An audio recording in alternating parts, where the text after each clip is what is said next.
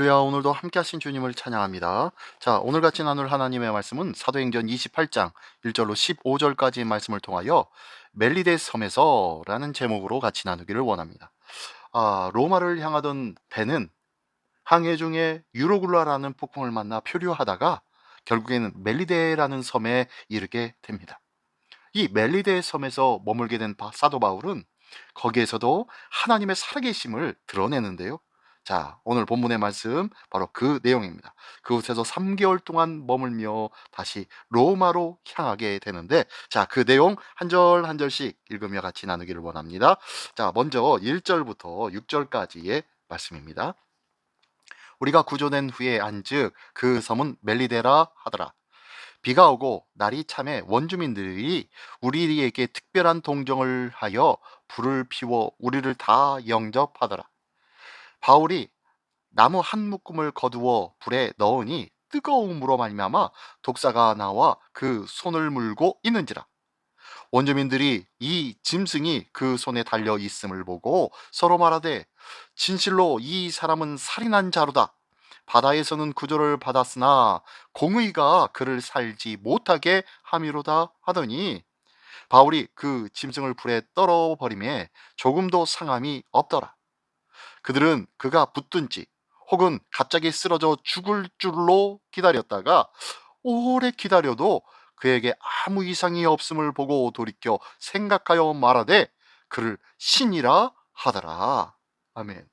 예, 재밌는 이야기죠. 예, 멜리데 섬 사람들은 추위에 떨고 있는 지친 이 여행자들을 긍휼히 여겨 기꺼이 은혜를 베풀며 불을 지펴 줍니다.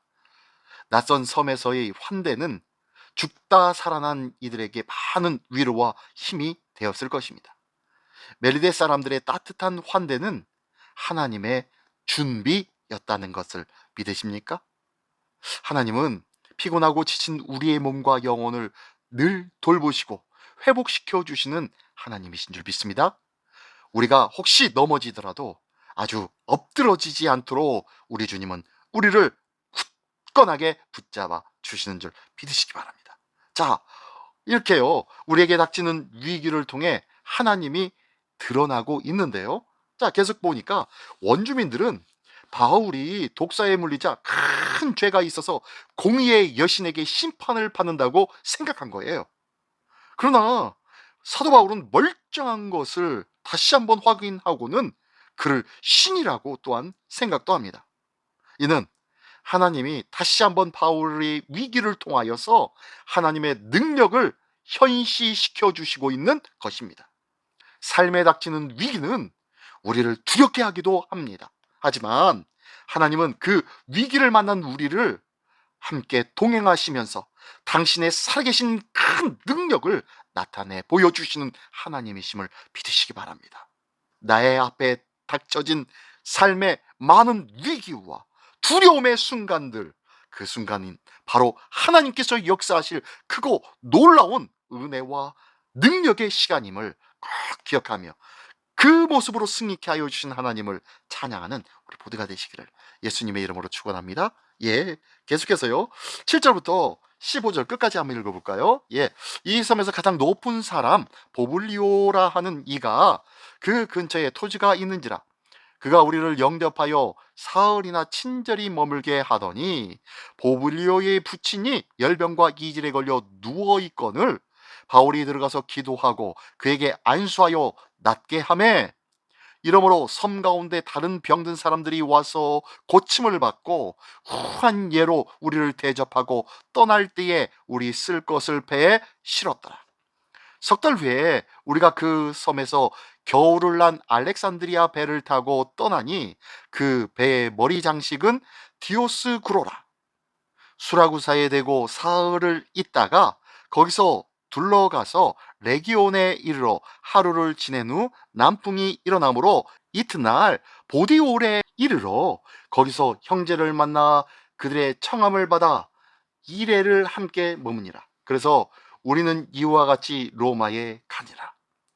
그곳 형제들이 우리 소식을 듣고 아비오 광장과 트레이스 타베르네까지 맞으러 오니 바울이 그들을 보고 하나님께 감사하고 담대한 마음을 얻으니라.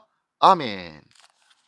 네, 사도 바울은 섬에서 가장 높은 사람인 보블리오 집에 머물며 열병과 이질에 걸린 그의 부친을 고쳐주고, 또한 많은 사람 중에 병에 걸린 많은 사람들을 고쳐줍니다. 이는 바울이 전하는 복음의 능력을 입증하고 많은 사람들에게 복음을 전할 수 있는 기회가 되는 것이죠. 사람들의 생각에 겨울을 나기 좋은 곳은 베닉스였지만, 하나님이 마련해 놓으신 더 좋은 곳은 바로 이 멜리데 섬이었습니다. 하나님의 계획은 우리의 계획과 다를 때가 많이 있습니다. 그러나 항상 더 좋은 것은 하나님의 계획이었지요.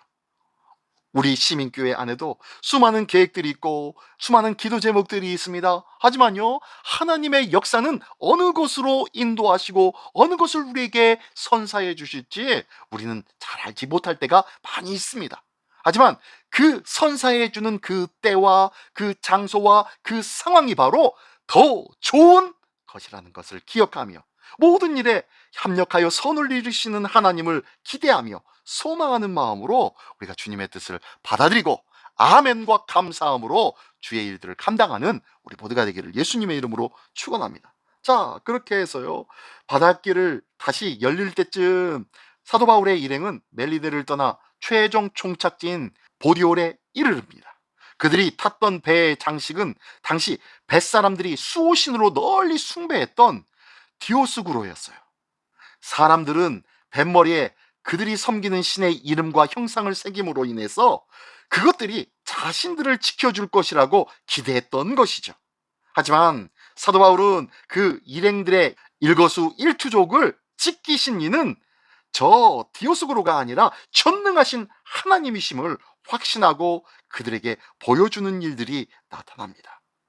하지만 그 일행의 일거수일투족을 지키신 이는 전능하신 하나님이셨다는 것을 지금껏 계속 보여주고 계셨잖아요.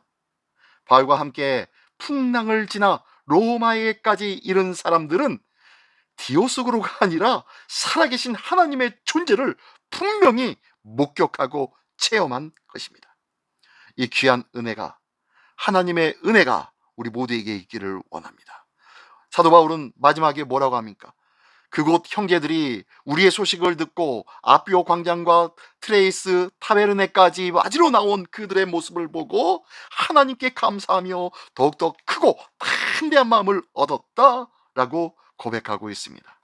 우리가 믿음의 동료가 한 명 한 명 보일 때마다, 한 명 한 명 더 모일 때마다 그곳에는 더 큰 은혜와 능력과 힘과 감사와 찬양과 기쁨이 있게 될 줄 믿습니다. 그러므로 우리는 모이기를 패하는 어떤 이들의 습관과 같지 아니하고 그날이 가까움을 볼수록 더욱 모이기에 힘쓸 수 있는 우리 시민의 권속들이 되시기를 예수님의 이름으로 축원합니다. 기도하겠습니다. 전능하신 주님, 감사합니다. 우리는 우리를 위해 언제나 더 좋은 것으로 준비하신 하나님만을 신뢰하기 원합니다. 그 좋은 것을 우리에게 허락하신 주님, 나의 상황과 형편에 이 모든 것들이 주님 주신 것인 줄 믿사오니 모든 것에 감사하며 기쁨으로 이 상황과 형편을 맞이하는 참 믿음의 승리자가 되게 하여 주시옵소서. 이 귀한 모습으로 오늘도 승리하게 하여 주실 줄 믿사오며 예수 그리스도의 이름으로 기도드리옵나이다. 아멘.